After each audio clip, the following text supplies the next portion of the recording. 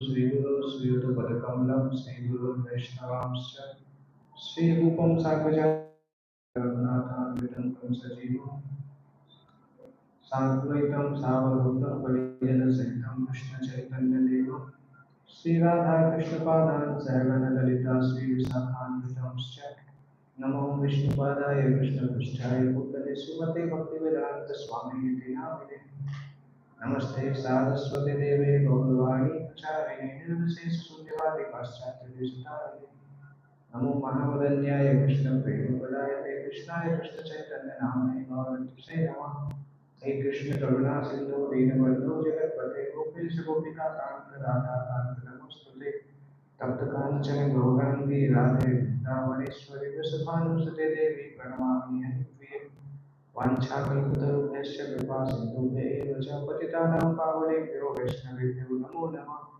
जय श्री कृष्ण चैतन्य प्रभु नित्यानंद श्री अद्वैत गदाधर श्रीवासादि गौर भक्तवृंद हरे कृष्ण कृष्ण कृष्ण हरे हरे हरे राम राम राम हरे हरे।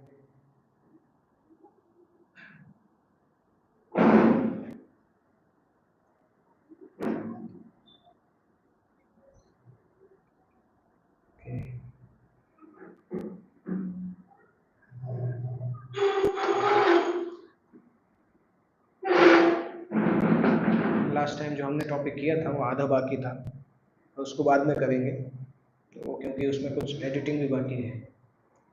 जो टॉपिक हमने स्टार्ट किया था, आज हम एक चीज़ डिस्कस करते हैं, अवॉइडिंग डिस्ट्रैक्शंस। ये वैष्णव एटिकेट के अंदर ही एक टॉपिक आता है। वैष्णव एटिकेट में जो 4 कैटेगरीज हैं, उसमें से एक कैटेगरीज साधना, सेवा, सदाचार और चौथा क्या है?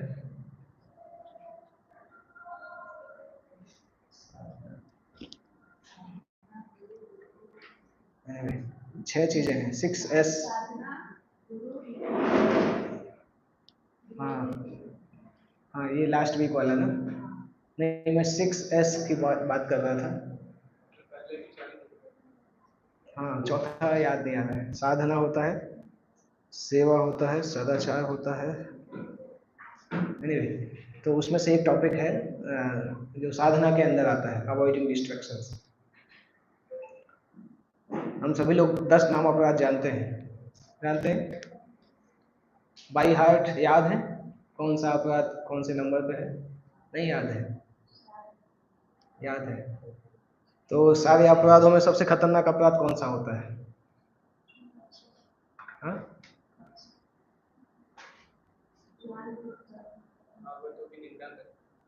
भागवतों की निंदा करता है, वो सबसे डेंजरस अपराध है। और कोई अपराध? भागवत निंदा मतलब पहला, सताम निंदा पहला अपराध। और कोई सबसे डेंजरस कौन सा है? सबसे डेंजरस अपराध कौन सा है? ऐसे सारे ही डेंजरस हैं, उसमें से सबसे डेंजरस कौन सा है?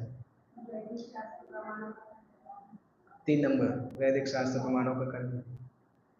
3 है ना वो? नहीं, चौथा है वैदिक शास्त्रों प्रमाणों का। ओके, पहला, चौथा, और कोई? तीसरा भी आ गया। ओके, गुरु की अवज्ञा, नाम के बल पर पाप करना, 7वां। और कोई? 10 में से 4 तो आ गए, सेकंड भी आ गया। ओके, तो हम अपराधों की लिस्ट काउंट कर रहे हैं कि सबसे डेंजरस अपराध काउंट? एक्चुअली पद्म पुराण में आता है कि जो ध्यान पूर्वक जप नहीं करना जो है ना, वो इन सारे अपराधों की मदर बोला जाता है। सारे अपराध बहुत खतरनाक हैं, परंतु ये सारे अपराध जनरेट होते हैं इनअटेंटिवनेस से। जब कोई ध्यान पूर्वक जप नहीं करता है तो वो अपराध बाकी सारी चीज़ों को पैदा करता है। इसलिए हरिनाम चिंतामणि में कहीं कहीं लिखा है कि सेकंड अपराध पहला अपराध सबसे खतरनाक होता है। परंतु वहीं पे ही श्रील भक्ति विनोद ठाकुर लिखते भी हैं कि पहला अपराध भी 11th अपराध से जन्म लेता है। अनअटेंटिव, इनअटेंशन जो है, उससे ही बाकी सारे अपराध जन्म लेते हैं। क्योंकि जब हम ध्यान पूर्वक भक्ति साधना नहीं करते हैं तो हमारा जो संसार को देखने का आउटलुक है वो आध्यात्मिक नहीं बनता है, भौतिक आउटलुक होता है। और भौतिक आउटलुक जब होता है तो ना तो हम वैष्णवों को ठीक से देख पाते, ना गुरु को, ना शास्त्रों को, तो तीनों के लिए अपराध चालू हो जाते हैं। और तीनों के लिए अपराध चालू होते हैं तो बाकी 7 अपराध अपने आप जनरेट हो जाते हैं। 10 अपराधों की बात करें तो उसमें वैष्णव और गुरु के प्रति अपराध और शास्त्र के प्रति अपराध, ये 3 मुख्य हैं। बाकी 7 उससे जनरेट हो जाते हैं, क्योंकि शास्त्र पर श्रद्धा नहीं है तो नाम पर भी श्रद्धा नहीं है। तो पहले 11वें अपराध से पहला, तीसरा और चौथा 3 अपराध जन्म लेते हैं, और उन 3 अपराध से बाकी 7 अपराध जन्म लेते हैं। तो सबसे डेंजरस कौन सा कहलाया? जो 10वें में नहीं है, 11वां अपराध, इनअटेंटिवनेस, वो सबसे डेंजरस कहलाता है। इसलिए जब भी नाम जप के बारे में बोला जाता है तो प्रभुपाद भी इस एक चीज को फोकस करते थे कि ध्यान से जप करना चाहिए। प्रभुपाद एक्चुअली कई बार बहुत यूनिक आंसर्स भी प्रभुपाद ने दिए हैं। जैसे एक बार एक भक्त ने पूछा था, प्रभुपाद माइंड कभी कभी डिस्टर्ब करता है तो क्या करना चाहिए? तो प्रभुपाद ने बोला, माइंड बीच में कहाँ से आ गया? आपको मुंह से बोलना है और कान से सुनना है, माइंड कहाँ से बीच में आ गया? बहुत आसानी से प्रभुपाद ने बोला, परंतु हमें उतना आसान नहीं लगता है, क्योंकि हमारा माइंड बीच में इंटरफेस जैसा काम करता है। और उस कारण से ही माइंड के बीच में आने के कारण हमारी साधना में डिस्ट्रैक्शंस आते हैं। और एक चीज़ है कि जब तक हम माइंड को काम डाउन नहीं करेंगे तब तक माइंड की इम्प्योरिटीज भी शांत नहीं होंगी। जब तक साधना हम अटेंटिव तरीके से नहीं करेंगे तब तक मन के अंदर जो गंदगी है वो साफ नहीं होगी। मोस्ट इम्पॉर्टेंट चीज़ है कि हमें शास्त्र चक्षु डेवलप करना है, उसके बाद प्रेम चक्षु डेवलप करना है। शास्त्र चक्षु डेवलप नहीं हो सकता जब तक हम ध्यान पूर्वक साधना नहीं करते। ध्यान पूर्वक साधना का कोर हिस्सा होता है ध्यान पूर्वक जप करना। इनअटेंशन इन चैंटिंग अगर रहता है तो शास्त्र के अध्ययन में भी इनअटेंशन होता है। एक्चुअल में हम देखें तो शास्त्र तो जो हम पढ़ते हैं ज़्यादातर इनअटेंटिव ही पढ़ते हैं, क्योंकि कभी कभी हम देखते हैं कि हम प्रभुपाद के पुस्तक भी पढ़ रहे हैं, तब भी पढ़ते पढ़ते भी दिमाग कहीं और जाता है, लाइन भी पढ़ते रहते हैं, और एक पैराग्राफ पढ़ने के बाद फिर से वही पैराग्राफ पढ़ो तो फिर से नया लगता है, क्योंकि केवल आंखों से उसको देख लिया, बाकी अंदर कुछ नहीं गया। तो हम सोचते हैं उसको कैसे सही करें, परंतु ऑटोमेटिकली सही होगा अगर हम नाम जप ध्यान से कर पाएंगे। इसलिए हम देखते हैं कभी कभी कुछ भक्त होते हैं जो कई कई साल तक डिवोशनल प्रैक्टिस करने के बाद भी वो एडवांसमेंट नहीं देख पाते हैं, और कुछ भक्त होते हैं जो बहुत जल्दी एडवांस भी कर जाते हैं। उसका एक मेजर रीज़न ये होता है कि उनकी साधना में डिस्ट्रैक्शन नहीं होता है। अगर हम नाम जप करते समय डिस्ट्रैक्टेड हैं, बहुत सारे काम साथ में कर रहे हैं, तो नाम जप की क्वालिटी इंप्रूव नहीं होती, तो टेंजिबल जो ट्रांसफॉर्मेशन दिखना चाहिए वो नहीं दिखता है। जैसे नॉर्मली जब भी हम चैंटिंग के लिए बैठते हैं तो हम एक्टिविटी और हाइपर एक्टिविटी मोड में चले जाते हैं। जैसे मोटर की स्पीड बढ़ती जाती है ना, उसी तरह से माइंड की स्पीड बढ़ती जाती है, भागने की स्पीड। और वो कुछ भी सोच सकता है माइंड, ऐसा कोई एरिया नहीं है जहाँ पे माइंड नहीं जा सकता है। हम चूंकि भक्ति करते हैं तो बाहर की चीज़ें नहीं आती हैं, परंतु माइंड माला करते समय हम सेवाओं के बारे में भी सोच सकते हैं कि कौन कौन सी सेवा करना बाकी है। जो प्रचार करते हैं वो माला के टाइम पे ही प्लान करते हैं, कैसे डिवाइस देना है, कितने बच्चों को लाना है, कितने हॉस्टल में जाएंगे, कुछ भी हो सकता है। कभी कभी नाम जप करते समय हम एक्चुअली वो पॉजिटिव डिस्ट्रैक्शन बोला जा सकता है, परंतु तब भी डिस्ट्रैक्शन है। अगर हम सेवाओं के बारे में भी सोच रहे हैं तब भी हम एक्चुअल काम नहीं कर रहे हैं, जो नाम का जब नाम सुनना चाहिए वो नहीं कर रहे हैं, तब भी वो इनअटेंशन में ही काउंट होता है। जैसे कुछ कुछ भक्त पूछते हैं कि हम नाम जप करते समय आंख बंद करके भगवान के विग्रह पे ध्यान कर सकते हैं। अच्छी चीज है, परंतु माइंड इतना खतरनाक है कि विग्रह का ध्यान करते समय भी विग्रह में ही डूब जाएगा, वो नाम सुनना बंद कर देगा। तो प्राइमरी फैक्टर होता है कि हम नाम को कान से सुन पाए। जैसे मान लो हम कोई विग्रह के बारे में ध्यान कर रहे हैं, तो आप सोच सकते हैं कैसे वो चीज़ जाती है। मान लो राधा रानी ने कोई साड़ी पहनी है तो उसका कलर ध्यान आएगा, तो सोचेंगे ये कलर की साड़ी तो मैंने किसी और के पास भी देखी थी, तो ये साड़ी हो सकता है बड़ौदा में तो सिटी में मिल जाएगी, और कैसे बनाते हैं इसको, जाके वृंदावन जाके सीख के आएंगे कि ये साड़ी कैसे बनाते हैं, डेकोरेशन कैसे करते हैं। तो आप भगवान की ड्रेस को देखते देखते भी आप नाम से दूर जा सकते हैं। वो अच्छा है, मतलब अगर आपका नाम जब से नाम को सुनने से अटेंशन नहीं जाए तो कोई अच्छा है, परंतु कोई भी चीज़ जिसको करने से नाम जब सुनने से अटेंशन दूर जाता है वो नहीं करना चाहिए, चाहे वो पॉजिटिव हो चाहे नेगेटिव हो। अल्टीमेटली उस समय हमारा केवल एक ही काम रहता है, नाम को सुनना। लोग बोलते हैं बहुत ब्लैंक लगेगा अगर केवल एक ही काम करेंगे, तो वो रजोगुण का लक्षण है कि हमने ऐसी आदत बनानी कि नाम के साथ कुछ और करना ही है। तो जब कुछ और नहीं होता है तो माइंड बोलता है अरे ये इसके साथ कुछ तो करना चाहिए, अकेले नाम कैसे लेंगे, इसके साथ कुछ तो करते ही रहना चाहिए। तो वो हमने आदत ऐसी बना ली है कि होली नाम जब चल रहा है उसके साथ कुछ ना कुछ तो करेंगे, नहीं तो कैसे काम बनेगा। बहुत अजीब लगता है कई बार कि कुछ नहीं है तो मोबाइल खोल कर कुछ ना कुछ देखते ही रहते हैं कि चैंटिंग चल रही है उसके साथ में कुछ होना चाहिए, जबकि ये नहीं सोचते कि नहीं चैंटिंग ही सब कुछ है, उसके साथ में कुछ और नहीं होना चाहिए एटलीस्ट उस समय पे जब नाम जप कर रहे हैं, तो वो हमें अधूरा लगता है। ये सच भी है, हम सभी लोग उस आदत के शिकार हैं। मैं एक समय इतना परेशान हो गया था कि मैंने मोबाइल रूम में ही रखना चालू कर दिया था, नीचे ही नहीं ले जाता, क्योंकि मोबाइल बगल में रहे तो दिमाग में विचार आते हैं, मोबाइल रहे ही नहीं साथ में तो कोई विचार नहीं आते। तो उसको देखना होगा कि कोई भी चीज हमें अटेंटिव जब से बाहर लेके जा सकती है, और माइंड किसी एक विचार के ऊपर पूरी तरह से हुक कर सकता है। भगवत गीता में एक श्लोक है, दूसरे अध्याय का 67, दूसरे अध्याय का 67 श्लोक निकालेंगे, क्या है 267।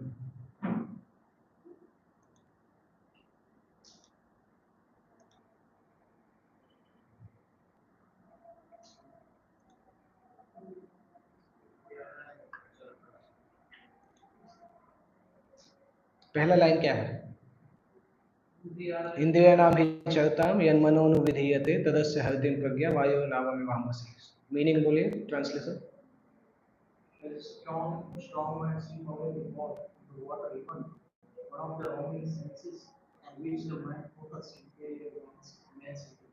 इसमें बता रहे हैं कि एक भी इंद्रिय जिसके ऊपर माइंड फोकस करना चालू करता है वो इंद्रिय हमारी चेतना को बहा के ले जा सकती है, जैसे तेज हवा नाव को बहा के ले जाती है। तो माइंड हमारा किसी भी एक विचार पर रुकता है, आप देखेंगे वो विचार इवेंचुअली हमें नाम सुनने से बाहर लेके जाएगा, अगर हम उस पर ध्यान देना चालू कर देंगे। बहुत मुश्किल होता है, जैसे जो व्यक्ति जिससे भी अटैच हो, जैसे 2 दिन पहले जब ये इलेक्शन का रिजल्ट आ रहा था तो मैं देखा कि कुछ भक्त 6-7 बजे मोबाइल लेके ही बैठे हैं कि अभी 8 बजे वोटिंग चालू होने वाली है, कितना 400 पार होगा कि 300 पार होगा क्या। तो व्यक्ति जिस जिस भी विचार से अटैच है वो विचार उसको लगातार व्यक्ति हुक करेगा। मैं देखा हमारे डिवोटीज, उस दिन मैं ट्रेन में था तो कई डिवोटीज दिन भर ही हर 2-5 मिनट में देखते थे कितना सीट बढ़ गया, कितना सीट कम हो गया, हर 2-5 मिनट में देखते थे, चाहे वो चैंटिंग कर रहे हो चाहे कुछ भी कर रहे हो, मोबाइल में उनको लगता ही था कि नहीं। तो माइंड उस प्रकार से हुक हो जाता है, किसी भी एक इंद्रिय पे आप फोकस करेंगे तो हमारी पूरी चेतना को लेके चला जाता है। उस केस में कोई भी साधना हम करते हैं वो केवल एक एक्सरसाइज हो जाती है, जैसे चैंटिंग भी करते हैं तो ऐसा लगता है मुंह की एक्सरसाइज होगी कि मुंह बहुत देर चला लिया, इसलिए 16 माला करने के बाद लोग थक जाते हैं, सो जाते हैं। आइडियली 16 माला करने के बाद व्यक्ति की एनर्जी आनी चाहिए कि अभी और सेवा करनी है, पर जब हम उसको ध्यान से नहीं करते हैं तो बॉडी थक जाती है, मुंह भी थक जाता है कि देखो बहुत ज्यादा बोल लिया, अभी थोड़ा शांति से सो जाना चाहिए। तो अगर हम साधना को ध्यान पूर्वक नहीं करेंगे तो चैंटिंग एक थकाने वाली एक्टिविटी बन जाती है, और वो बैकग्राउंड में चली जाती है, तो बाकी सारी चीजें जो वो फ्रंट में आ जाती है, जो हम चाहते हैं वो नहीं हो पाता है। हम चाहते हैं चैंटिंग से जो प्योरिफिकेशन मिलना चाहिए वो नहीं मिल पाता है। ऐसा नहीं कि कुछ फायदा नहीं होता है, परंतु हम केवल कुछ फायदे के लिए तो भक्ति नहीं कर रहे हैं, हम जो एम कर रहे हैं वहां तक नहीं पहुंच पाते हैं उस केस में। जैसे अगर हम किसी रूम को क्लीन कर रहे हैं तो इफेक्टिवली क्लीन करना चाहिए। अगर रूम में कहीं पे ऑयल डला हुआ है या छोटे छोटे ग्लास कांच के टुकड़े डले हुए हैं बहुत बारीक बारीक, तो उनको बहुत ध्यान से हटाना होगा। अगर ध्यान से नहीं हटाएंगे तो जो भी चलेगा पैर रखेगा उसको खून निकलेगा। तो इसी प्रकार से चेतना चेतना की गंदगी को जब हटाना है तो ये छोटे छोटे जो कांच के ग्लास हैं, ये हमारी छोटी छोटी भौतिक इच्छाएं हैं, broken pieces of material desires. उसको अगर सावधानी से साफ नहीं करेंगे तो वो साफ होगे नहीं। इस जन्म में नहीं होगी, अगले जन्म में नहीं होगी, क्योंकि बहुत ज़्यादा अंदर घुसी हुई है। अभी इतने समय से साधना करने के बाद भी ऐसा नहीं कि हमारी पुरानी सारी मेमोरीज चली गई हैं।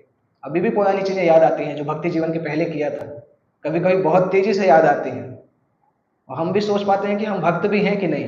कभी कभी अचरज होता है कि हम भक्त भक्त भी हैं कि नहीं, ऐसा विचार तो भक्तों के अंदर नहीं आता है।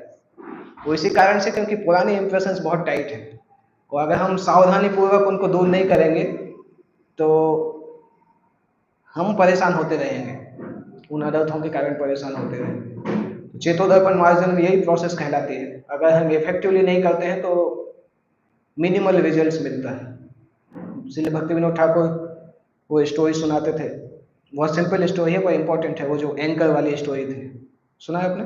नाव का एंकर फंसा रहता है, बताइए क्या है स्टोरी। रात में कहाँ कहाँ जा रहे होते हैं? शादी की पार्टी होती है, मैरिज पार्टी।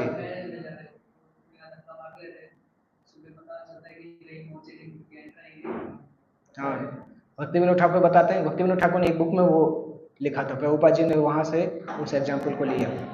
तो बताते हैं वो हमारी मटेरियल इच्छाएं हैं, मटेरियल अटैचमेंट ही है, जो कि अगर फंसा रहता है तो हम बहुत प्रयास भी करते हैं, क्योंकि साधना करना मतलब जैसे मटके में पानी भर रहे हैं, तो साधना करना मतलब मटके में पानी भरना।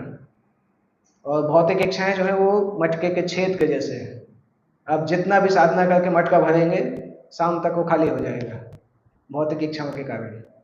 तो सबसे पहले वो जो छेद है उसको बंद करना पड़ेगा, उसके बाद साधना का फल हमें ज़्यादा मिलेगा। और यही कारण है कि इस्कॉन संस्था में भी कई भक्त हैं जो कि कई कई साल साधना करने के बाद भी बहुत ज़्यादा ट्रांसफॉर्मेशन एक्सपीरियंस नहीं कर पाते। अल्टीमेटली वो ब्लेम इस्कॉन को देते हैं या किसी और चीज़ को देते हैं, परंतु ब्लेम ये है कि साधना भक्ति की प्रोसेस उतनी सावधानी पूर्वक नहीं करते। उस कारण से वो जो सबको फल मिलना चाहिए, कई बार लोगों को तो ऐसा, एक परम पूज्य देवामृत महाराज है, उन्होंने एक पुस्तक लिखी है, emotional dynamics of a devotee.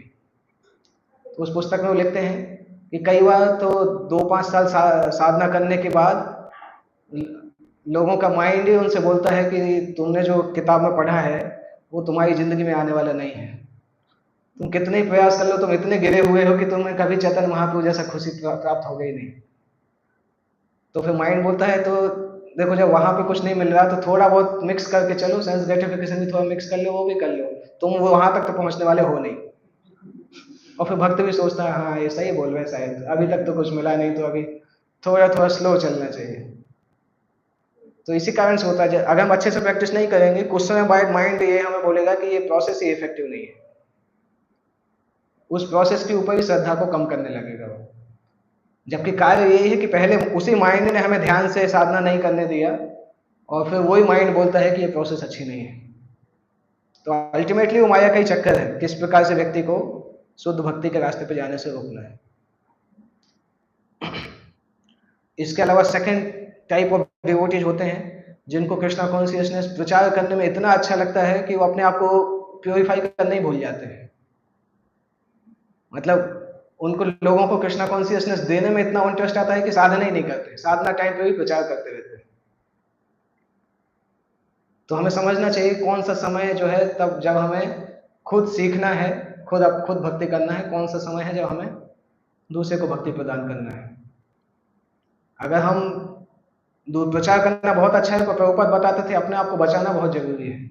अगर प्रचार करते करते हम भी बाहर ही चले गए, बाहर वाले लोगों को प्रचार करते करते हम भी बाहर चले गए, तो फिर मुश्किल होगा, फिर किसको प्रचार किया। जैसे एक भक्त ने 2-3 साल पहले ही एक भक्त ने मैराथन में इतना बुक डिस्ट्रीब्यूशन किया, वो जैसे जनवरी आया वो छोड़ के चला गया, मंदिर छोड़ के चला गया। क्योंकि मैराथन में वो 15-15 घंटे बुक डिस्ट्रीब्यूशन करता था, 16 माला भी छोड़ दिया था। तो 1 महीना बाद फिर उसने चला गया, बाहर चला गया। तो 1 महीने के लिए बहुत बुक डिस्ट्रीब्यूशन कर लिया, हो सकता है अवार्ड भी मिला हो, कुछ 1000-5000 बुक कर लिया होगा, परंतु उसके बाद उसकी भक्ति छूट गई। तो कृष्णा कॉन्शियसनेस प्रचार करने का इतना प्रबल भी नहीं होना चाहिए कि हम अपने आप को ही शुद्ध करना भूल जाएं। जैसे परम पूज्य राधानाथ महाराज जब ये गौरांग पे लोग जब आईआईटी में प्रचार करना चालू किए थे, आईआईटी मुंबई में इस प्रकार से था कि मुंबई शहर भी और आईआईटी के बच्चे भी थे, तो उनके लिए कोई क्लास करना होता था तो रात में 9-10 बजे के बाद ही वो हॉस्टल में मिलते थे, उसके पहले मिलते नहीं थे। तो भक्ति रसामृत महाराज जाते थे वहाँ पे आईआईटी में, तो क्लास का टाइम 10 साढ़े 10 बजे होता था और 11:30-12 बजे तक क्लास करते थे। उसके बाद आके 12:30-1 बजे तक मंदिर में आके सोते थे। तो राधानाथ महाराज ने क्लियरली बोला था कि किसी भी समय आओ, 4:30 बजे मुझे मंदिर के सामने चाहिए, चाहे कभी भी आओ, आप कभी भी सो, परंतु 4:30 पे यहाँ आ जाना। फिर महाराज ने छूट दिया था कि 9 बजे के बाद जाके सो जाओ 2 घंटे, कोई समस्या नहीं, पर 4:30 से 9 के बीच में मंदिर में मिलना चाहिए, नहीं तो मैं प्रचार बंद कर दूंगा, नहीं तो मैं आईआईटी में जाने नहीं दूंगा, इसी शर्त पे तुम जा सकते हो। तो वो अभी भी भक्ति रसायन महाराज बताते हैं कि अगर उस समय छूट दिया होता तो हम लोग पता नहीं क्या करते, क्योंकि बहुत नेचुरल है, अगर कोई 1 बजे सोते हैं तो उनको लगता है कि कोई समस्या नहीं, पर उनका रेगुलर प्रोग्राम होता था तो महाराज ने बोला कि नहीं, वो चलेगा नहीं आपका, क्योंकि आपका ही लाइफ खत्म हो जाएगा। अगर आप रेगुलरली इतना लेट सोएंगे और लेट उठेंगे तो आपका ही जीवन खत्म हो जाएगा, भक्ति जीवन खत्म हो जाएगा। तो महाराज अभी भी बोलते हैं कि राधानाथ महाराज ने हमें बचा लिया, अगर वो स्पेसिफिक इंस्ट्रक्शन नहीं देते तो हो सकता हम फॉलो भी नहीं करते। तो इतना हमें ध्यान रखना चाहिए कि हमारी पर्सनल साधना बहुत इंपॉर्टेंट है, कभी कभी हम उसको कॉम्प्रोमाइज कर सकते हैं, परंतु रेगुलर कॉम्प्रोमाइज नहीं करना चाहिए। उसको हमें जितना स्ट्रॉन्ग करना चाहिए, उतना ब्रह्म मुहूर्त के समय को जितना हम उपयोग कर पाए उतना हमारे जीवन के लिए अच्छा है, क्योंकि गिने चुने दिन हैं जिंदगी में। कितने दिन है, मान लो जैसे एक साल में कितने दिन होते हैं, 365 दिन। अगर हम 50-60 साल भक्ति करते हैं तो 365 इंटू 50 कितना होगा, 20,000 के लगभग 20,000 दिन है। अभी जिन देख सकते हैं 20,000 दिन ही टोटल मंगल आदि करने के लिए है हमारे पास, और भी कम। अभी तो क्या है, हम 50-60 गिर रहे हैं, जैसे मैं ही अगर 38 साल का हूँ, अभी और कितने समय तक गाड़ी चलेगी पता नहीं। आजकल 60 साल के बाद किसी का कुछ पता नहीं होता है। तो अगर 25 साल मान के चलें तो कितना, 25 साल मतलब 10,000 दिन बचे हैं मंगल आरती अटेंड करने के, और कितना कर पाएंगे पता नहीं। 10,000 में से अभी देखना चाहिए 90% स्ट्राइक रेट है कि 99% है, 95% है या 50% है, तो उतने ही दिन है हमारे पास बाकी मंगल आरती करने के। और वो भी जब बूढ़े हो जाएंगे तो कितने दिन बिस्तर पे रहेंगे, तब भी मंगल आरती नहीं कर पाएंगे। तो गिने चुने दिन है, ज़्यादा दिन नहीं है जिंदगी में। तो प्रयास करना चाहिए ब्रह्म मुहूर्त का कितना यूटिलाइज कर पाए। ब्रह्म मुहूर्त टाइम बाकी और कोई चीज़ के लिए नहीं देना चाहिए। नॉर्मली जो बहुत एडवांस डिवोटी हैं वो ऐसे समय पे साधना चालू कर देते जब पूरी दुनिया सोती रहती है।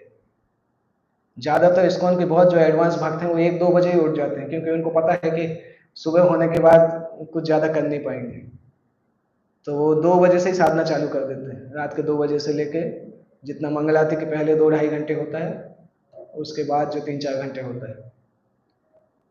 सबके लिए एप्लीकेबल नहीं है, क्योंकि सभी का सोना भी उस प्रकार से नहीं हो पाता है, परंतु हमें ये ध्यान में रखना चाहिए कि ब्रह्म मुहूर्त हमें भगवान कृष्ण के को देना है, भगवान कृष्ण के लिए देना है, अगर हम शुद्ध भक्ति तक पहुंचना चाहते हैं।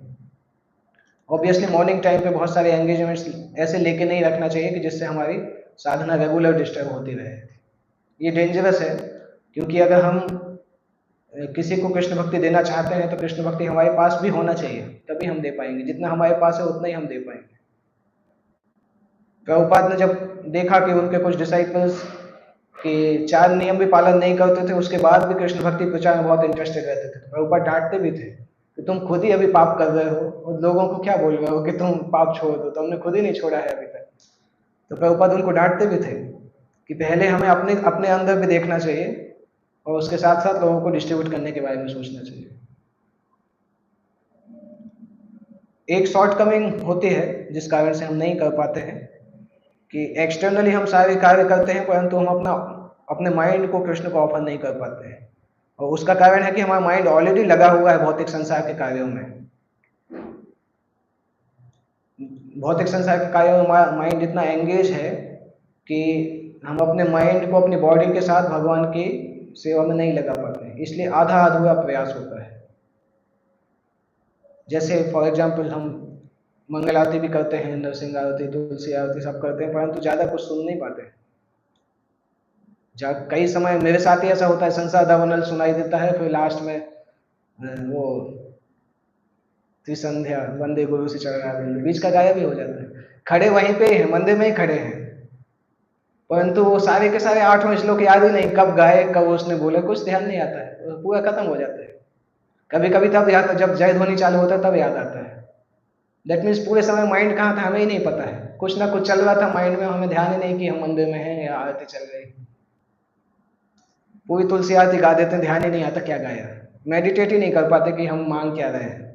जबकि तुलसी तुलसी आरती जो है वो राग मार्ग की आरती है, साधना मार्ग की आरती नहीं है, वो राग मार्ग की आरती है, बहुत ऊंची ऊंची प्रार्थना है, क्योंकि जिस प्रकार से गोपियां प्रार्थना करती हैं उस प्रकार से वो प्रार्थना है।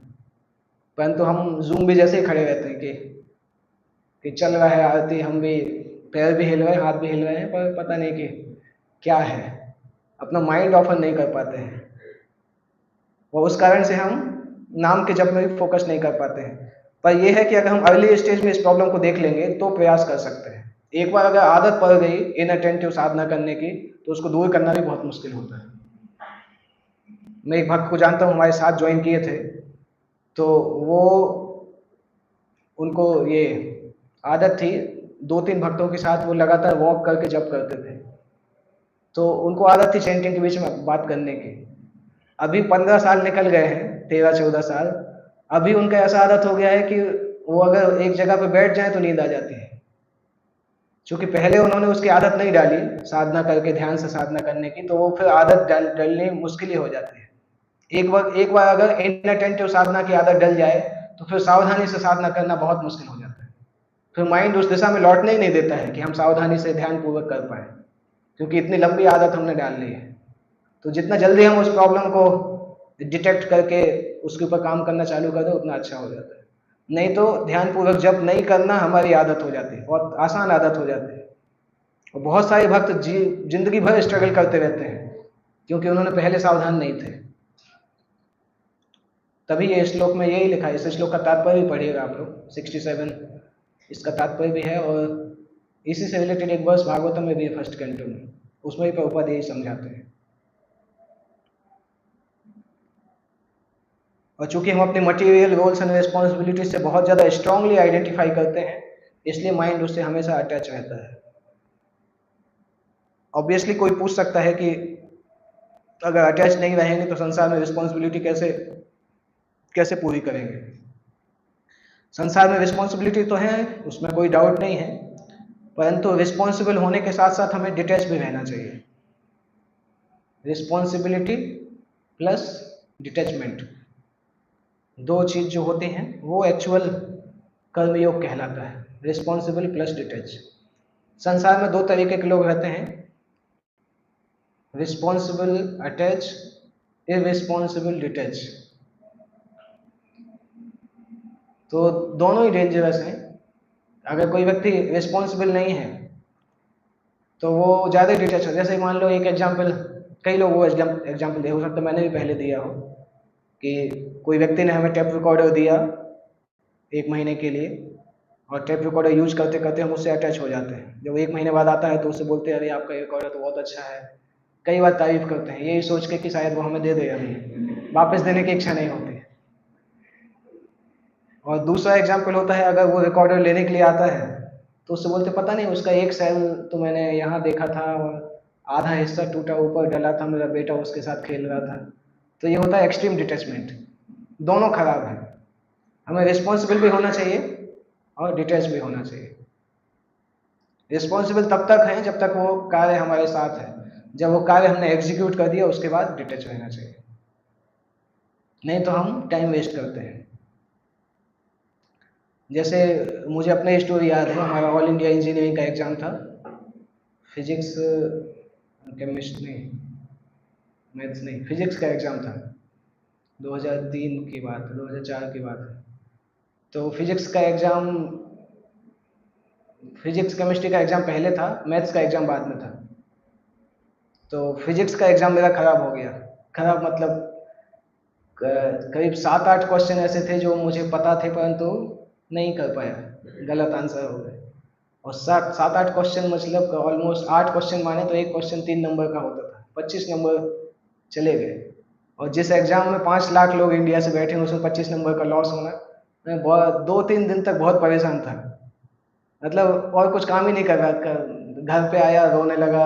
मदर ने बोला, अरे क्या हो गया तुम्हें, 25 नंबर चले गए। मैं बोला, आपको पता ही नहीं 25 क्या कहलाता है। 25 नंबर में मैं इंडिया के फर्स्ट एनआईटी में जा सकता था, अभी मैं पता नहीं कहाँ जाऊंगा।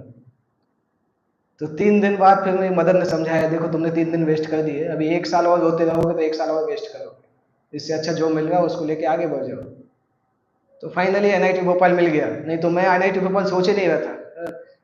तो मैं सोचा था कि अरे एनआईटी सूरतगढ़ से नीचे तो हम जाएंगे ही नहीं, उतना तो कर ही लेंगे। और फिजिक्स का पेपर खराब हुआ तो मैं सोचा अभी पता नहीं क्या होगा, और मैं दूसरा ड्रॉप लेने के लिए भी तैयार था। मैं सोच रहा था कि मैं अभी दूसरे साल फिर से पढ़ाई करूंगा, क्योंकि पढ़ाई किया था उस साल में, इतना पढ़ाई किया था कि उतना मैंने आज तक कभी किताब के सामने बैठा नहीं। हर दिन 12, 14, 15 घंटे तक पढ़ते थे। तो मुझे लग रहा था कि एनआईटी भोपाल तो यूजलेस है, वहां पे नहीं जाएंगे। पर फिर मुझे समझाया, कई लोगों ने समझाया कि देखो इस साल 5 लाख लोग हैं, अगले साल 10 लाख बैठेंगे। अगर तुम ज़्यादा फिर से रिस्क हुआ तो अगले साल ये भी नहीं मिलेगा जो मिल रहा है, तो बेटर है अभी ले लो। अभी जब मैं सोचता हूँ तो मुझे लगता है कि सही डिसीजन था, क्योंकि अगर कोई दूसरे कॉलेज में जाते, हो सकता है वहाँ पे इस्कॉन के प्रचारक नहीं आते, तो हो सकता है वहाँ से मैं अमेरिका चला जाता, परंतु भक्ति नहीं मिल पाती। क्योंकि अगर डिवोटीज लाइफ में नहीं आते तो हमारा गोल तो यही था कि इंडिया से एनआरआई बनना है। नॉर्मली बचपन से यही सोचते थे कि एनआरआई बनना है और बहुत पैसा कमाना है, क्योंकि सुना वही था। तो वो तो डिवोटीज मिल गए वहां पे, तो उन्होंने रास्ता बदल दिया, यू टर्न करा दिया, नहीं तो उसी रास्ते में जाने वाले थे। तो भगवान उस तरह से प्लान करते हैं, तो उसमें यह है कि मैं बहुत ज़्यादा अटैच हो गया था। 3 दिन मुझे भी याद है कि खाना पीना भी छोड़ दिया था, एक आध टाइम ही खाता था, रोते ही रहता था कि मेरे 25 नंबर चले गए, मुझे तो आता था फिर भी क्यों नहीं कर पाया। और वो एग्ज़ाम इतना अच्छा था कि मतलब हमारी जो कोचिंग क्लास थी उसमें भी हमारा रैंक, मेरा रैंक टॉप 3 में रहता था। तो जब मैंने देखा बाकी लोगों के जो एग्जिट पोल आया, मतलब अपने अपने नंबर काउंट करते ना, मैं इतना कितना सही हुआ, तो मैं देखा देखो इन लोगों के तो मुझसे ज़्यादा नंबर आ रहे हैं, तो वो सोच सोच के और दुख होता था। तो 3 दिन पूरा वेस्ट किया मैंने। उसके बाद फिर मदर ने समझाया और बाकी दोस्तों ने समझाया, तो उसके बाद जो भी मिला फिर ले लिया। अभी जब देखता हूँ तो लगता है कि भगवान का कुछ प्लान था, भगवान ने दिमाग शायद डिस्टर्ब कर दिया तो क्वेश्चंस गलत हो गए। क्योंकि एनआईटी भोपाल मिला, उसके कारण उज्जैन से भक्त लोग मिले तो भक्ति में आ पाए। तो हमें हो सकता प्लान पता नहीं चले, पर भगवान के प्लान्स रहते हैं जिसके आधार पे कई चीज़ें चलती हैं। और जब हम 10, 15, 20 साल बाद देखते हैं तब लगता है कि हाँ कुछ ना कुछ तो लॉजिक था उसके पीछे, हमें उस समय समझ में नहीं आ रहा था, परंतु कुछ तो लॉजिक था। तो इस संसार में डिवाइन प्लान चलता है, इसलिए कई बार अगर हमें पता नहीं रहता है तो प्लान के साथ फ्लो करना चाहिए, आगे जाके पता चलेगा कि क्या निकल के आ रहा है। जब हमारा दिमाग काम नहीं करे तो फ्लो के साथ आगे चलना चाहिए। परम पूज्य राधानाथ महाराज बताते हैं अपनी बुक में, जर्नी होम में, वो गंगा में जब डूबने वाले थे ना, तो बहुत हाथ पैर मार रहे थे, जितना हाथ पैर मार रहे थे उतने ही डूबते जा रहे थे। तो गंगा के किनारे एक साधु बैठा था, उसने बोला कि गंगा के सामने अपनी शक्ति मत दिखाओ, उनको सरेंडर कर दो तो बच जाओगे। तो महाराज ने हाथ पैर चलाना बंद कर दिया, एकदम फ्लोट करने लगे। तो बहते बहते 6-7 किलोमीटर दूर चले गए, तो वहां पे ऑलरेडी गंगा के बहाव ने उनको फेंक के एक जमीन पे पहुंचा दिया, और फिर लौट के पैदल चलते हुए वापस आ गए। तो महाराज बताते हैं कि जब हमारे वश में कुछ नहीं हो तब फ्लो के साथ बह जाना चाहिए, फिर जो होगा भगवान के प्लान के हिसाब से एग्जीक्यूट होगा, और बाद में पता चलेगा कि क्या प्लान था एक्चुअल में भगवान का। तो जैसे पांडवों के केस में हम देखते हैं कि युधिष्ठिर महाराज की कभी इच्छा नहीं थी राज्य करने की, परंतु भगवान कृष्ण की इच्छा थी कि पांडव राज्य करें। और पांडव तो 5 विलेज से भी सेटिस्फाइड थे, इवन युधिष्ठिर इसके लिए भी तैयार थे कि कुछ नहीं मिलेगा तो भी जंगल में रह लेंगे, उनको उससे भी कोई समस्या नहीं थी। तो भगवान ने बोला कि वो चाहते हैं कि पांडव संसार के राजा बने। वो स्पेसिफिकली जब भीष्म देव का शरीर त्यागने वाले थे, तो भगवान ने पांडवों से बोला था कि जितने अच्छे वस्त्र हैं सारे अच्छे वस्त्र पहन के आना, सबसे अच्छे रथ में बैठ के आना, क्योंकि भीष्मदेव की अंतिम इच्छा है कि तुम लोगों को देख सकें कि तुम लोग संसार पे राज्य कर रहे हैं। भीष्मदेव पहले से ही चाहते थे कि धर्म का राज्य होना चाहिए, तो लास्ट में अगर पांडव एकदम राजा के जैसे जाएंगे तो भीष्मदेव को अच्छा लगेगा। भगवान कृष्ण ने उनको स्पेसिफिक बोला था कि ऐसे साधु जैसा मत चले जाना कि कैसे भी चले गए, बेस्ट बेस्ट तरीके से सज के भीष्मदेव से मिलने के लिए जाना। इसलिए पांडव लोग गए थे केवल कृष्णा और भीष्म पितामह को प्रसन्न करने के लिए, और भीष्म पितामह भी बहुत खुश थे उनको देखकर। और वही पांडव जिस दिन कृष्ण ने संसार छोड़ा, तुरंत ही पांडवों ने छोड़ दिया संसार। युधिष्ठिर महाराज ने तुरंत परीक्षित को राज्य दिया और तुरंत अपने राजसी वस्त्र त्याग के साधु के वस्त्र में चले गए। अपने भाइयों से भी नहीं पूछा क्या करना है। प्रभुपाद जी लिखते हैं ऐसे तो युधिष्ठिर महाराज बहुत रिस्पॉन्सिबल थे, परंतु अपने भाइयों से ही नहीं पूछा, निकल गए। ऐसे ही चैतन्य चरितामृत में एक आता है कि जब चैतन्य महाप्रभु साउथ इंडिया जा रहे थे तो सार्वभौम भट्टाचार्य उनको छोड़ने गए थे जगन्नाथपुरी के वहां पर, और चैतन्य महाप्रभु जब विदा लेने वाले तो सार्वभौम भट्टाचार्य बेहोश हो गए और चैतन्य महाप्रभु ने उनको जगाया भी नहीं, चले गए। तो प्रभुपाद जी तात्पर्य में लिखते हैं कि कोई सोच सकता है कि भगवान इतने इंसेंसिटिव कैसे हो सकते हैं, उनके सामने उनका भक्त बेहोश हो गया दुख के कारण और उसको सही भी होने का इंतजार नहीं किया, बेहोश छोड़ के चले गए। तो प्रभुपाद जी लिखते हैं वहां पे कि भगवान एक्चुअली कभी कभी बहुत कठोर भी हो सकते हैं, कभी कभी बहुत सॉफ्ट भी हो सकते हैं, डिपेंड करता है सर्कमस्टेंस कैसा है। तो पांडव भी इसी तरह से, जैसे उनको पता चला कि भगवान कृष्ण ने संसार छोड़ दिया है, तुरंत छोड़ के चले गए। ये हमने पहले एक बार डिस्कस किया था, पता नहीं कौन सी यात्रा में गए थे, तब ट्रेन में मैंने एक क्लास लिया था कि जो पहले स्कंद का 14वां अध्याय जो है उसके ऊपर जब क्लास लिया था, तो युधिष्ठिर महाराज का जो वर्णन है वो पूरा अध्याय युधिष्ठिर महाराज के शुद्ध भक्ति को दिखाता है। क्योंकि आप में से किसी को याद है मैंने जब डिस्क्राइब किया था, कोई यात्रा में गए थे उसमें ट्रेन में क्लास हुआ था, तब मैंने दिया था कि युधिष्ठिर महाराज अलग अलग सिम्टम बताते हैं पूरे अध्याय में कि हाँ हाँ हाँ कोई यात्रा में ट्रेन में मैंने क्लास दिया था। तो युधिष्ठिर महाराज सिम्टम बताते हैं कि ऐसा ऐसा हो गया है, ऐसा दिखाई दे रहा है, परंतु उनका दिल मानने के लिए तैयार नहीं होता है कि भगवान संसार से चले गए।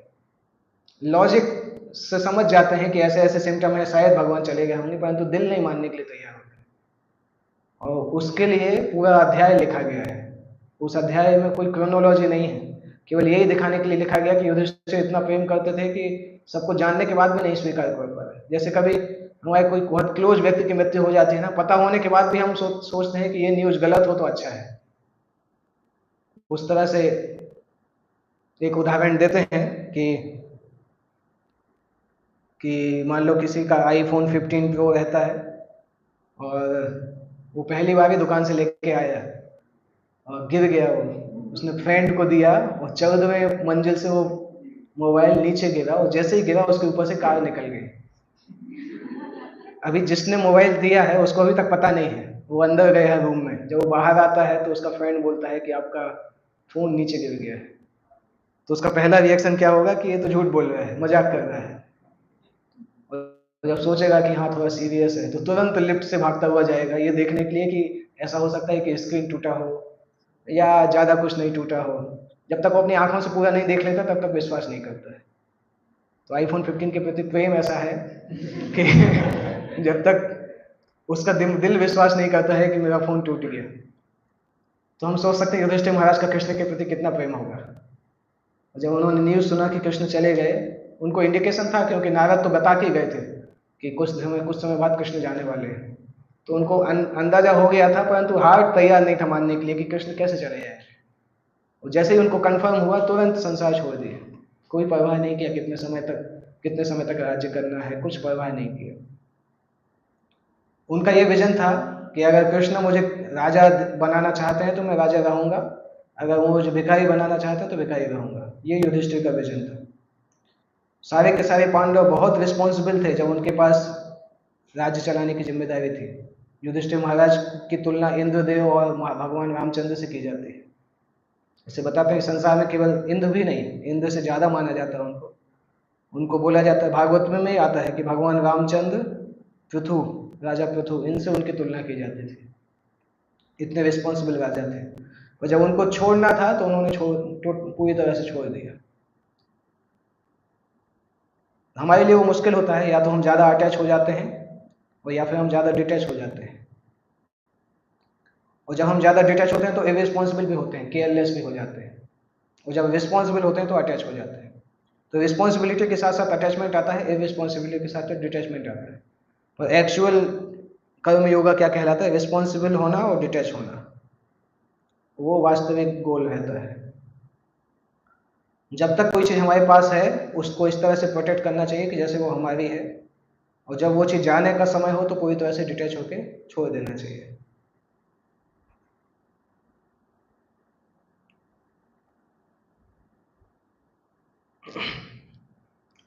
हम चाहते हैं रिस्पॉन्सिबल बनना, पर रिस्पॉन्सिबिलिटी के साथ साथ अटैचमेंट नेचुरली आ जाता है। जैसे कोई व्यक्ति अगर ऑफिस में काम करता है तो वो अपने ऑफिस को घर लेके आ जाता है, घर को ऑफिस लेके जाता है। कैसे? घर पे अगर आता है ऑफिस के बाद, अगर पत्नी पूछती है कि आप क्या खाएंगे और ज़्यादा खाएंगे क्या, तो चिल्लाने लगता है, क्योंकि ऑफिस में बॉस पे नहीं चिल्ला पाता, तो किसी ना किसी के ऊपर तो डाउनलोड करना होगा अपना गुस्सा। तो जब ऑफिस का गुस्सा लेके आता है तो वाइफ पे गुस्सा करता है, और ऑफिस ऑफिस जाता है तो मूड आउट हो जाता है। तो दो अलग अलग रोल्स और रिस्पॉन्सिबिलिटी मिक्स करते हैं तो दोनों जगह डिससेटिस्फाइड रहते हैं। हम भी उसी तरह से करते हैं, हम अपनी मटेरियल रोल्स और रिस्पॉन्सिबिलिटी चैंटिंग के बीच में लेके आते हैं, और फिर दिन भर दुख करते हैं कि हमने नाम जप अच्छे से नहीं किया। जब चैंटिंग करते हैं तो दिन भर का प्लान करते हैं, चैंटिंग करने के बाद ये सोचते हैं कि चैंटिंग अच्छे से नहीं होगा। सबके साथ ऐसे ही होता है। चैंटिंग के समय सोचते हैं कि दिन भर क्या करेंगे, और दिन भर ये सोचते हैं चैंटिंग अच्छे से नहीं कर पाए, क्योंकि हम दोनों रोल्स एंड रिस्पॉन्सिबिलिटी को मिक्स करते हैं, दोनों को अलग अलग नहीं रखते हैं, इसलिए वो डिस्ट्रैक्शन कहलाता है।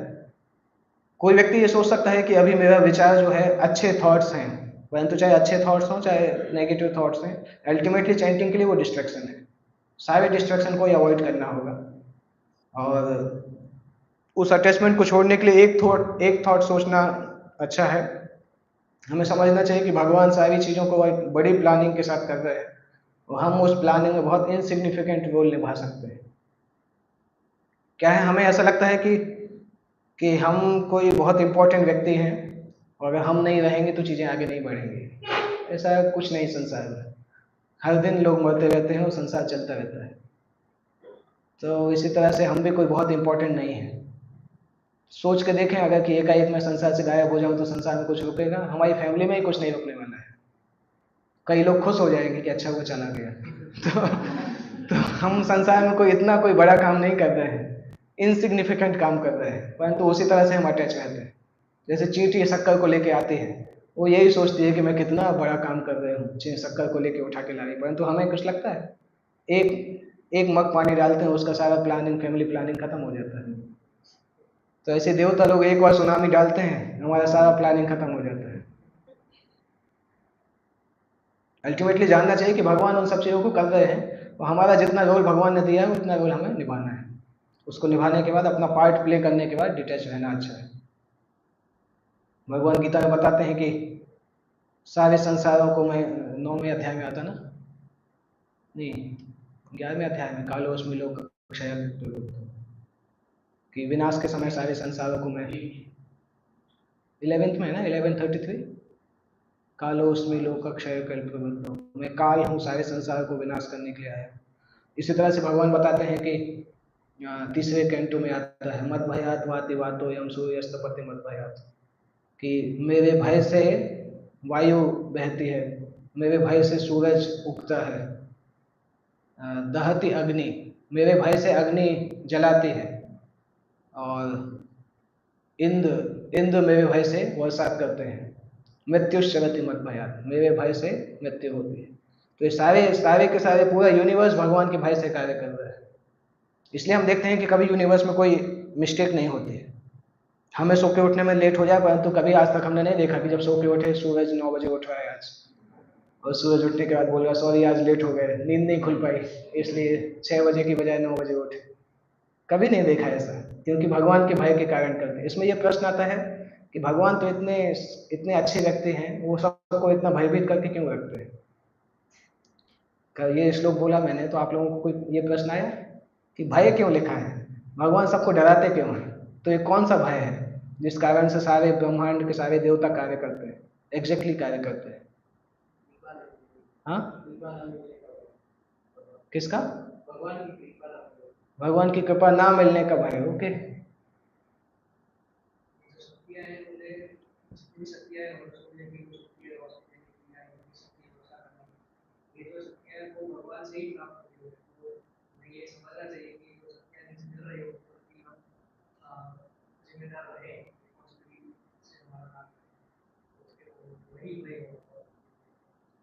ओके, और कोई बताएगा क्या भय हो सकता है?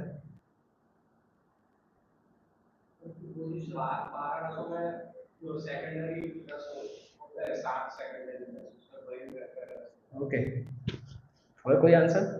अभी मुझे राइट आंसर नहीं मिला। पोजीशन चली जाएगी, वो भी सकता, सेकेंडरी है वो, मुख्य क्या है?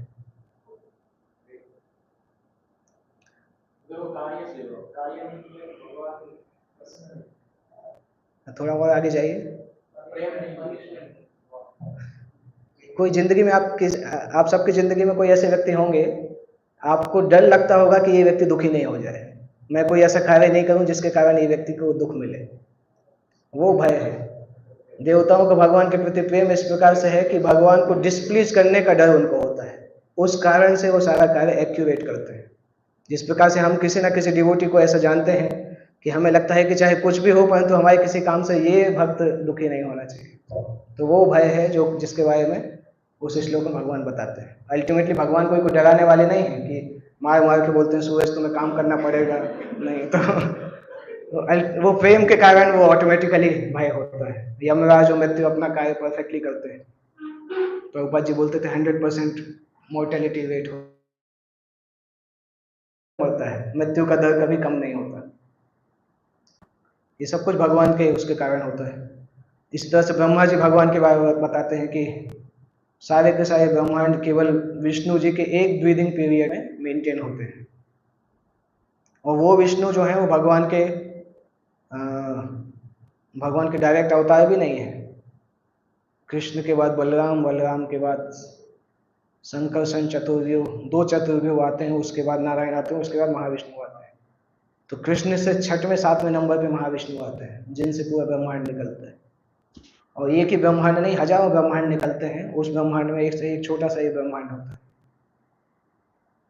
और वो ब्रह्मांड भी कितने सारे लोक हैं उसके अंदर, उसमें से पृथ्वी लोक है, और पृथ्वी लोक में छोटा सा इंडिया है, इंडिया में छोटा सा बड़ौदा है, उसमें छोटा सा इस्कॉन टेम्पल है, उस छोटे से इस्कॉन टेम्पल में छोटा सा रूप गोस्वामी हॉल है, और उस हॉल में हम बैठ के सोचते हैं कि हम बहुत इंपॉर्टेंट व्यक्ति हैं। तो पूरे संसार को अगर डिटेल में देखेंगे तो हमें समझ में आएगा कि हम कोई बहुत बड़े वे नहीं है, एक छोटे से इनसिग्निफिकेंट है।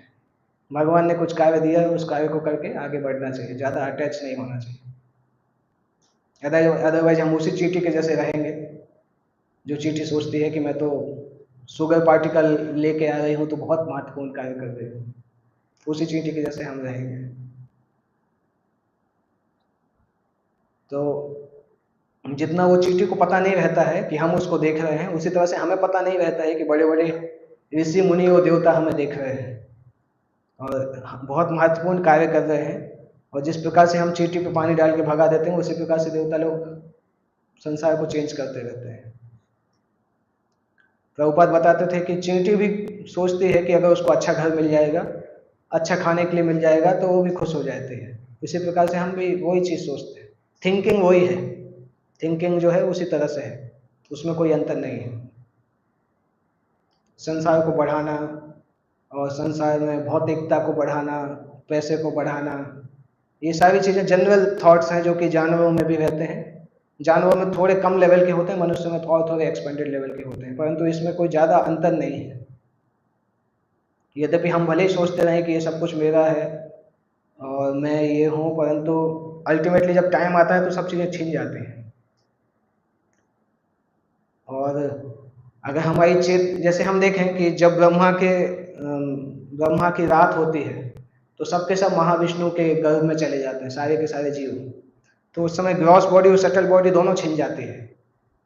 विश्वनाथ चक्रवर्ती ठाकुर जी लिखते हैं कि उस समय हर आत्मा आत्म साक्षात्कार के लिए तैयार होती है, परंतु शुद्ध भक्त के लिए आत्म साक्षात्कार जितना प्रसन्नता प्रदान करने वाला होता है, बद्ध जीव के लिए आत्म साक्षात्कार उतना ही दुख प्रदान करने वाला होता है। कैसे? क्योंकि जब वो महाविष्णु के गर्भ में है, उसकी भौतिक इच्छाएं खत्म नहीं हुई हैं, उसको भौतिक भोग करना है, पर ना तो मन बुद्धि अहंकार है ना ग्रॉस बॉडी है। तो वहां पे वो सोचता है अरे भोग करना है, परंतु भोग करने के लिए शरीर ही नहीं है।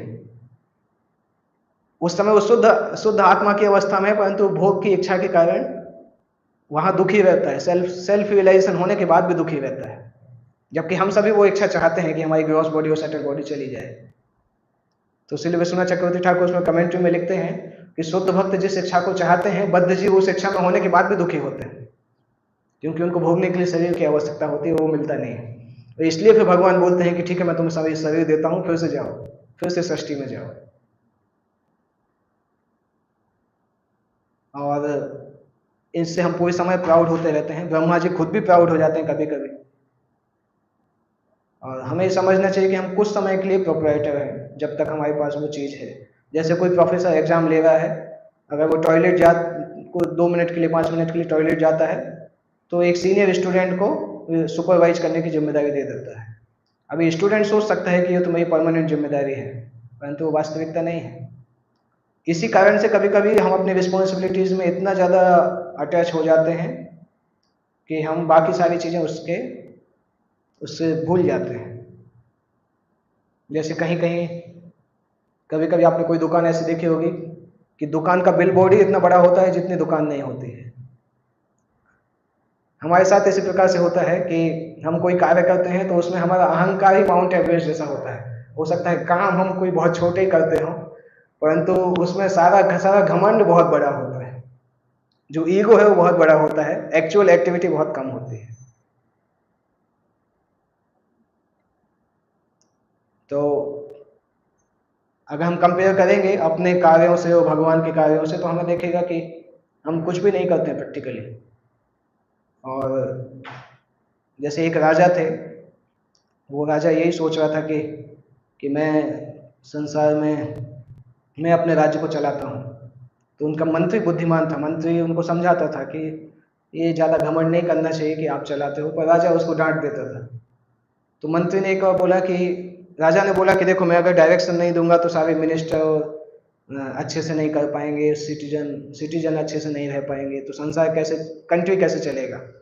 मंत्री ने बोला कि ऐसा करो कि थोड़ा हम प्रयास करते हैं, आप ऐसा करो 1-2 महीने के लिए जंगल जाओ, बिना किसी को बताए, आपका बेटा थोड़ा बड़ा हो गया है, उसको हम रख के देखते हैं, राजा बना के देखते हैं। और राजा को विश्वास था कि बेटा तो 12 साल का ही था उस समय, 12-13 साल का ही था। तो राजा को विश्वास था कि अगर मैं नहीं रहूंगा तो देखो 2 मिनट में सब लाइन पे आ जाएंगे, सब मुझे बुलाएंगे। तो हर 10-15 हर हफ्ते में, हर 3-4 दिन में राजा मंत्री को खबर भेजता था, मैं वापस आ जाऊं क्या, काम कैसा चल रहा है। मंत्री बोलते नहीं नहीं, 1 महीने तो रहो कम से कम यहाँ पे हम चला लेंगे।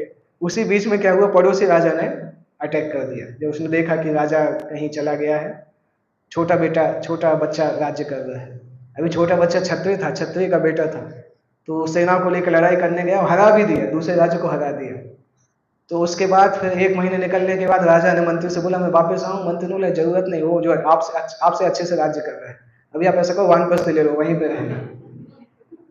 तो इसी प्रकार से है कि हमें भले ही लगता हो कि हमारे बिना सारी चीजें बैठ जाएंगी, कुछ नहीं हो पाएगा, तो एक्चुअल में कुछ नहीं होता है। संसार इस तरह से डिजाइन हुआ है कि जैसे ही हम सीन से गायब होते हैं, कोई दूसरा आके सीन हैंडल कर लेता है, चीजें रुकती नहीं है। इसलिए अल्टीमेटली हमें उतना अटैच नहीं होना चाहिए कि हम नहीं होंगे तो कैसे होगा। जैसे पानी में अगर आप डिस्प्लेसमेंट, जैसे ही हाथ बाहर करोगे, पानी आके उसको जगह को घेर लेता है, उसी प्रकार से संसार डिजाइन किया जाता है। तो इसलिए अगर हम डिटैच रहते हैं तो अच्छे से साधना करने में हेल्प मिलती है। अभी कंप्लीट नहीं हुआ, पर हमारा टाइम कंप्लीट हो गया है, क्योंकि ये इसके 2 पार्ट हैं इस सेशन के। अभी पहला पार्ट 80% तक खत्म हुआ है। ओके, किसी को कोई प्रश्न है तो पूछ सकते हैं, अदरवाइज नेक्स्ट क्लास में हम इसके आगे डिस्कस करेंगे।